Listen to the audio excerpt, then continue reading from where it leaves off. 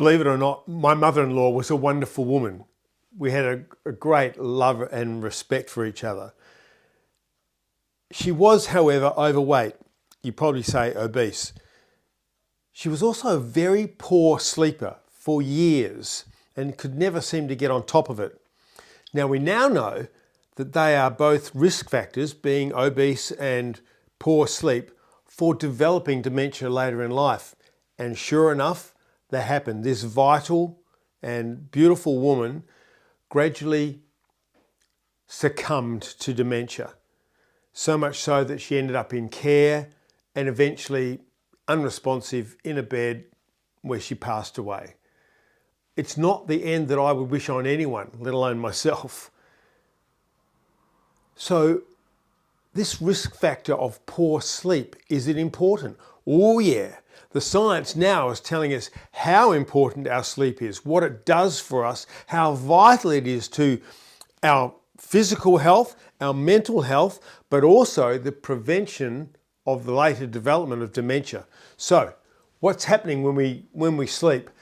The science tells us that in our sleep we clear toxins from our brain.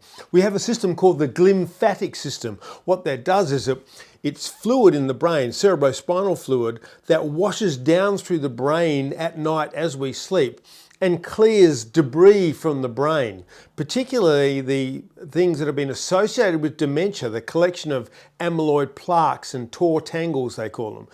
They collect in the brain, or have been found collected in the brain with people with dementia. We're not sure of the causation, but what we know is that when your brain is properly washed at night, you clear that stuff away. You don't allow it to build up, and when it accumulates, it seems to be part of the problem. So what else happens also is that we consolidate our memories, and you know dementia is associated with the loss of memory, both short-term and long-term eventually.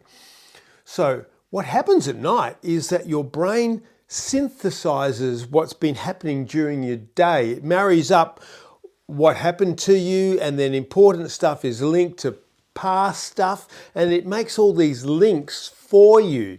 It synthesizes that information. So it takes short-term to long-term memory, but also it reconstitutes our old or long-term memories for us. What also happens is that the brain controls inflammation. Now, out of control inflammation has been implicated in all sorts of conditions. Cancer, all your rheumatoid and autoimmune diseases, but also development of dementia. So at night, your brain gets the chance to decrease that inflammatory or control that inflammatory reaction both in the body and in the brain.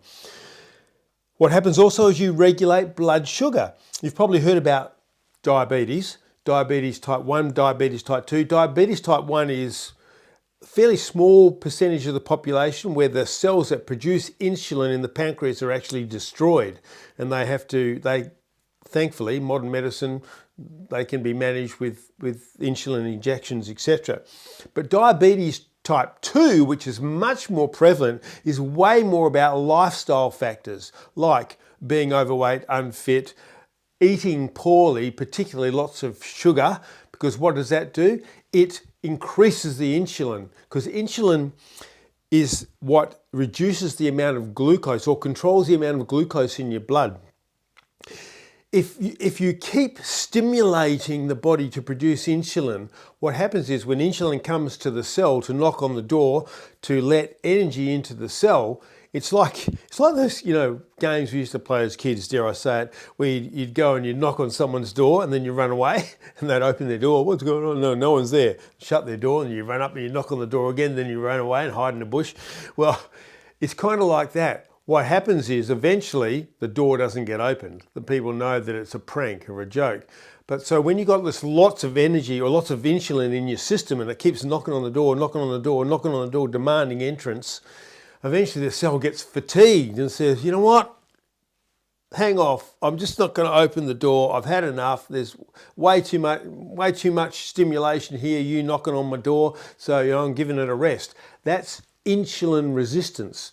So we start building up glucose in our blood because it can't get into the cells it needs to get into. So at night, when your brain is asleep, it helps regulate that blood sugar and that insulin resistance.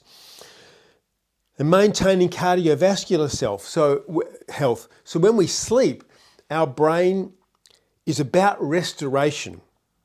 It's about restoring us, replenishing the body and the brain. And part of that is this recovery for our cardiovascular system.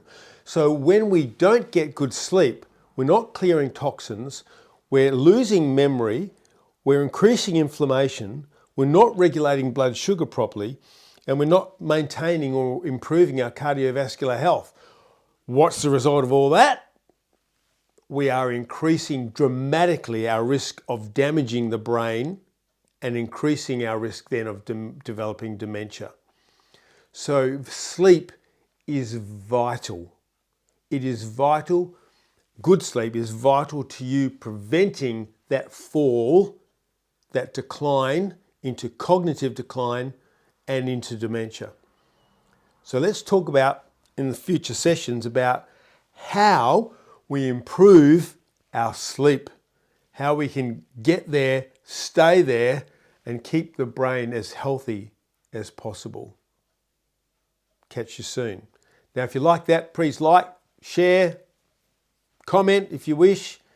You can also buy me a coffee in the discussion below. But I also want to mention a fantastic book.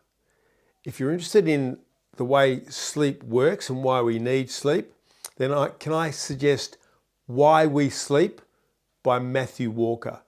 Excellent book, great information. There is a link also in the description. Follow that and you'll be able to purchase the book. Catch you later.